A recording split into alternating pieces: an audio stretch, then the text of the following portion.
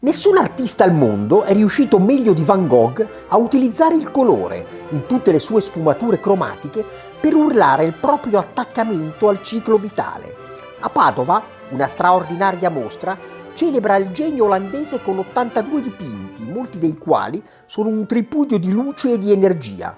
Van Gogh, I colori della vita, è l'esposizione dell'anno, visitabile fino all'11 aprile 2021 al centro San Gaetano nel cuore della città di Sant'Antonio. La mostra è a cura di Marco Goldin, storico dell'arte e scrittore, che a Van Gogh ha dedicato 20 anni di studi e di passione. È divisa in 7 sezioni, ognuna delle quali rappresenta un momento biografico, con al centro il periodo parigino a contatto con i grandi maestri d'arte, in particolare con Gauguin. Proprio in questo periodo Van Gogh realizzò il suo autoritratto capolavoro che da solo vale la visita.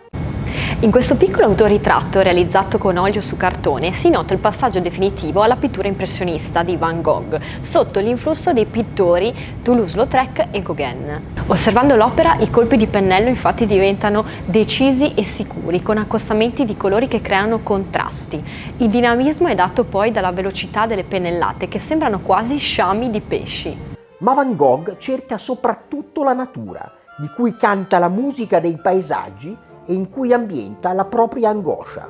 Van Gogh dipinse questo paesaggio guardando fuori dalla finestra dell'ospedale psichiatrico in cui era ricoverato in Provenza. I colori esprimono i suoi stati d'animo, le sue angosce, ansie e paure, intervallati solamente da brevi momenti di gioia.